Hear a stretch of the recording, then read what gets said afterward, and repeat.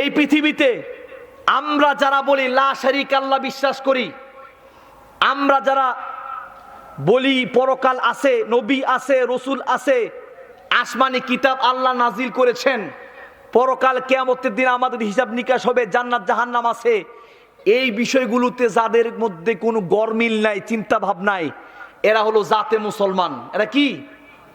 জাতে মুসলমান।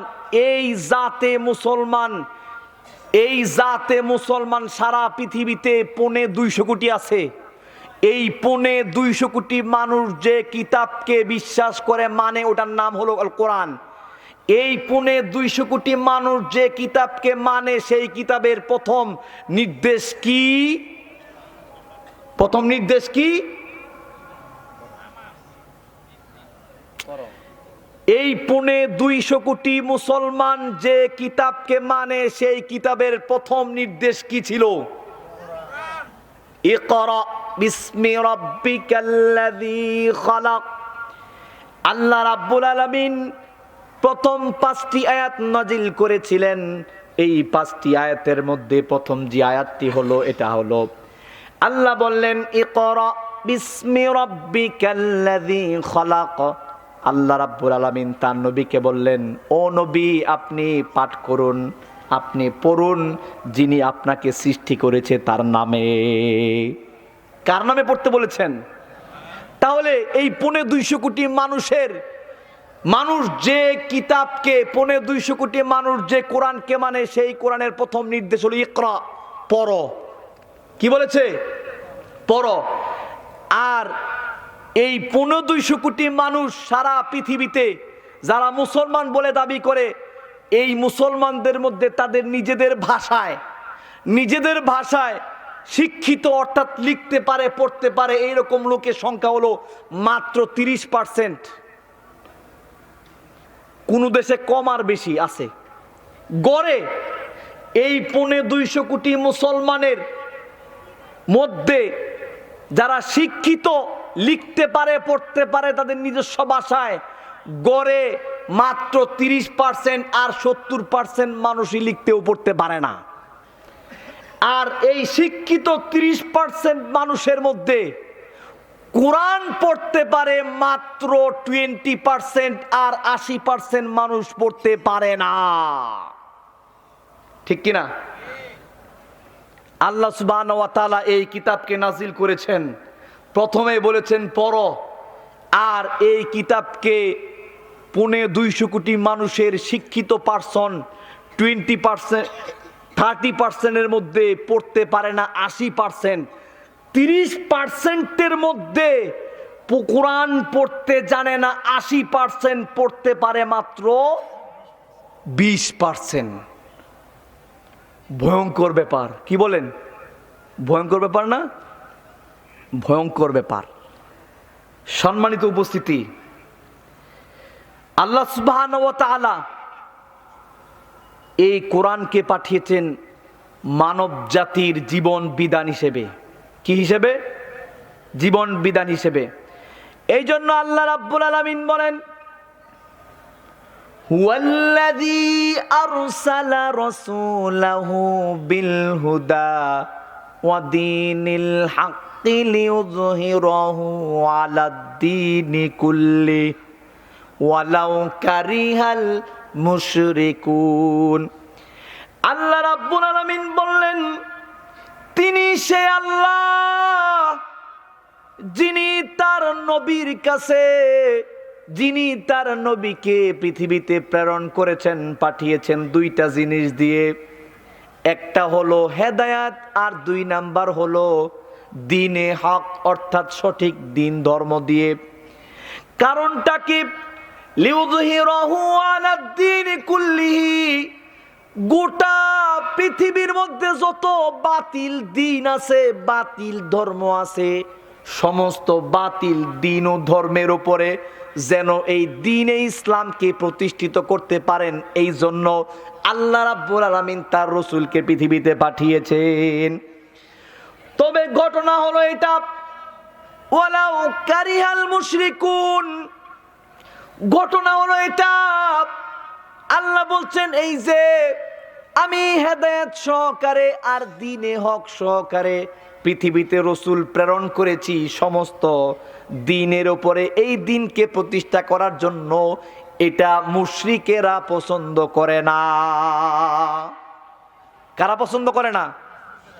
মুশরিকেরা পছন্দ করে না। অর্থাৎ মুশরিকরা দ্বীনে হক প্রতিষ্ঠিত হোক, ইসলামিক জীবন ব্যবস্থা প্রতিষ্ঠিত হোক, ইসলামিক জীবন ব্যবস্থা আপনি আপনার ব্যক্তিগত পারিবারিক জীবনে সব জায়গায় বাস্তবায়ন হোক, বিশেষ করে আপনার জীবনের মধ্যেও আপনার পরিবারের মধ্যেও বাস্তবায়ন হোক, এটা তারা পছন্দ করে না। অর্থাৎ দ্বীনে ইসলাম প্রতিষ্ঠিত হোক এবং বাস্তবায়িত হোক, এটা যারা পছন্দ করে না, এটার যারা বিরোধিতা করে তারাই হলো মুশরিক। সুতরাং দ্বীনে ইসলামকে যারা জীবন ব্যবস্থা হিসেবে মেনে নেয় নাই, তাদের আরো কিছু জীবন ব্যবস্থা অবশ্যই আছে। আছে কি নাই? কথা বলেন না, কি আছে কি নাই? আছে।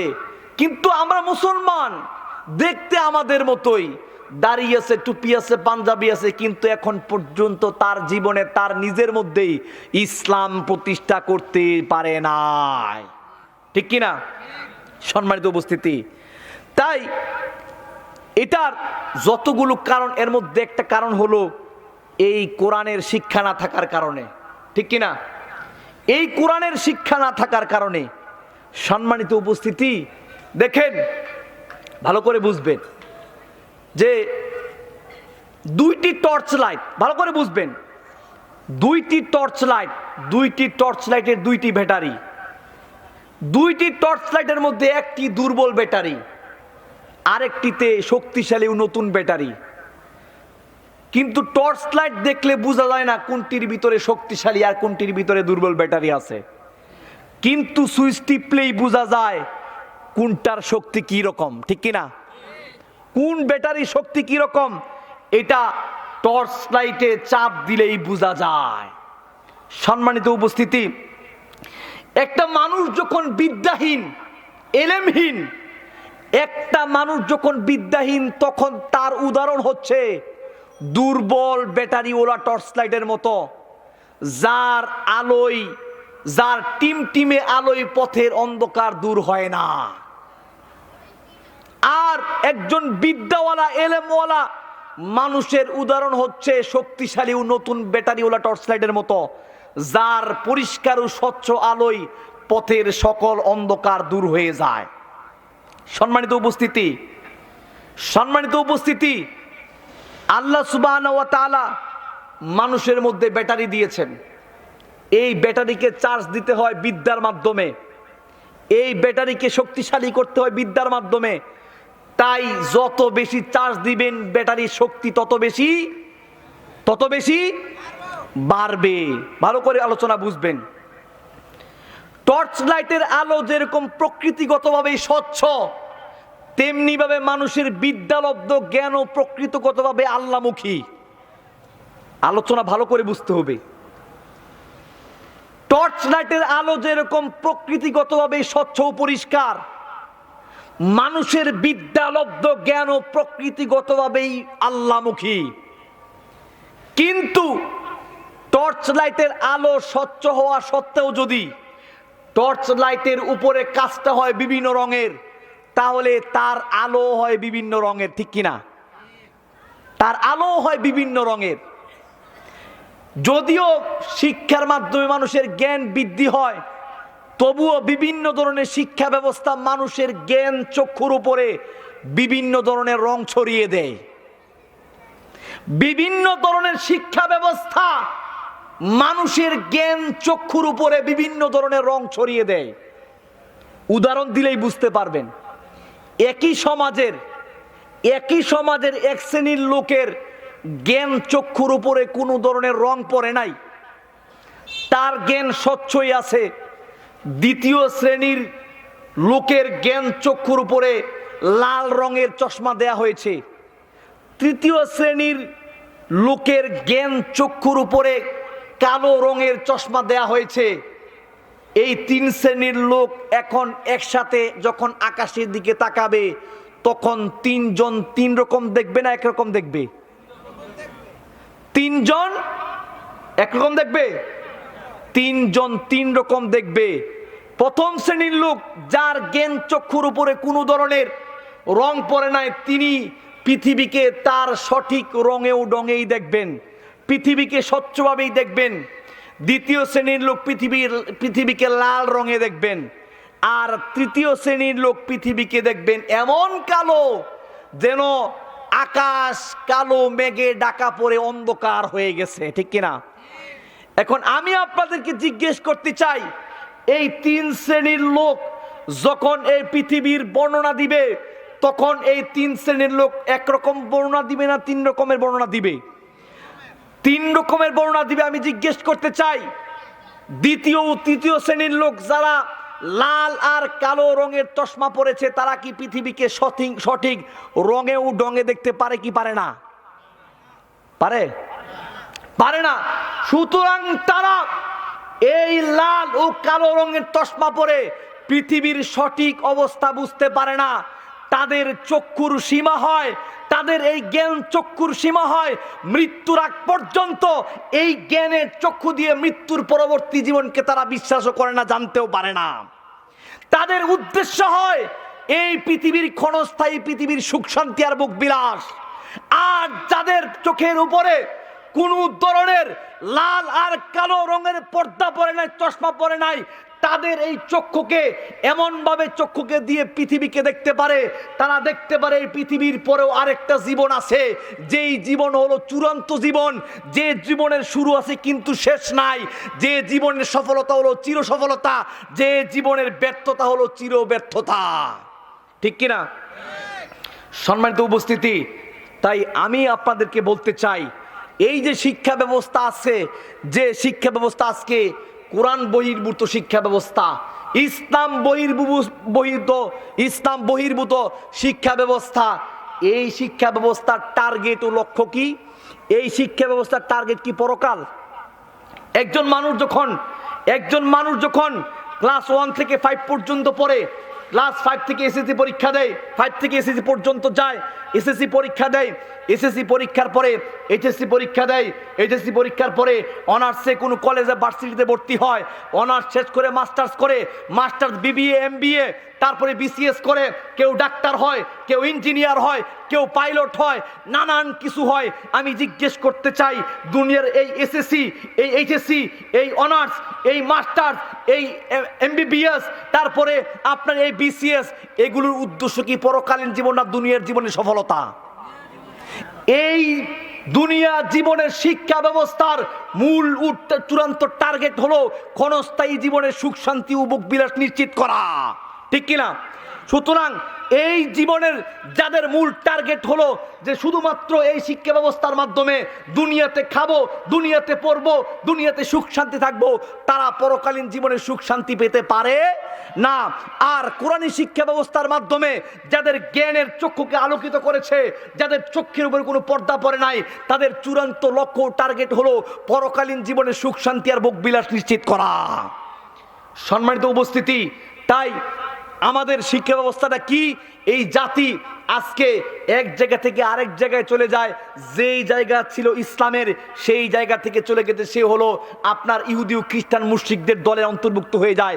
ইসলাম বহির্ভূত শিক্ষা ব্যবস্থার মাধ্যমে তার নিজকে পরিবর্তন করে সে এখন সেকুলার হয়ে গেছে, সে হলো অর্ধেক মুসলমান আর হলো অর্ধেক নাস্তিক। কিছুদিন আগে ঢাকা বিশ্ববিদ্যালয়ের একটা ছেলে, সে হলো বলে 5 ওয়াক্ত নামাজ পড়ে, তার বাবা মা 14 গোষ্ঠী 5 ওয়াক্ত নামাজি, অর্থাৎ ইসলামিক পরিবারের লোক। এই ছেলেটা ঢাকা ভার্সিটিতে গিয়ে বিভিন্ন শিক্ষা ব্যবস্থায় শিক্ষা অর্জন করে এখন সে বলে দেয়ার ইজ নো গড, আল্লাহ বলতে কিছু নাই। তখন এই ছেলেটা যখন বাড়িতে যায়, তখন বাবার ভয়ে, মায়ের ভয়ে, ভাইয়ের ভয়ে, পাড়া প্রতিবেশীর ভয়ে নামাজ পড়ে, কিন্তু ইসলামকে বিশ্বাস করে না। তার বিভিন্ন প্রশ্ন ভিতরে উত্থাপিত হয়েছে। আমি বলতে চাই, এই উত্থাপিত হওয়ার কারণ হলো সে যে শিক্ষা ব্যবস্থায় গড়ে উঠেছে, সেই শিক্ষা ব্যবস্থার ভিতরে কোরআনের শিক্ষা নাই। কি বলেন? কোরআনের শিক্ষা নাই। তাহলে এই শিক্ষা ব্যবস্থা আজকে আমাদের কিভাবে শিক্ষা দিচ্ছে, কি করছে? মনে রাখবেন পৃথিবীতে দুইটা শিক্ষা ব্যবস্থা আছে, একটা হলো ইসলামী শিক্ষা ব্যবস্থা, আর একটা হলো বস্তুবাদী নাস্তিকবাদী শিক্ষা ব্যবস্থা। দুইটা শিক্ষা ব্যবস্থা পৃথিবীতে বিদ্যমান, কিন্তু আজকে পৃথিবীতে বস্তুবাদী আর নাস্তিকবাদী শিক্ষা ব্যবস্থার জয় জয়কার। কোরআন ও সুন্নাহর এই শিক্ষা ব্যবস্থার কোনো মূল্য নাই, কারণ এই শিক্ষা অর্জন করলে মসজিদে নামাজ পড়াতে হয়, মুয়াজ্জিনি করতে হয়, যার দাম নাই, চালানা পয়সার দাম নাই, মানুষের বাড়ি খায়, মানুষের বাড়িতে পড়ে, তারপরে সিরা পাঞ্জাবি পরে, আপনার সিরা স্যান্ডেল পরে, এই ধরনের শিক্ষা ব্যবস্থা করে সমাজের মধ্যে তাদের কাছে, মানুষের কাছে পরিচিত হয়, সে গণ্ড মূর্খ ছাড়া আর কিছুই নয়। আর তথাকথিত ইসলাম বহির্ভূত শিক্ষার মাধ্যমে সে পরিচিত হয়, একদম স্কলার, বিরাট বড় নামি দামি একজন শিক্ষিত মানুষ, তাকে সবাই সেলুট করে সম্মান করে। এই জন্য দুইটা রাস্তা তৈরি হয়ে গেছে, দুইটা মেরু তৈরি হয়ে গেছে।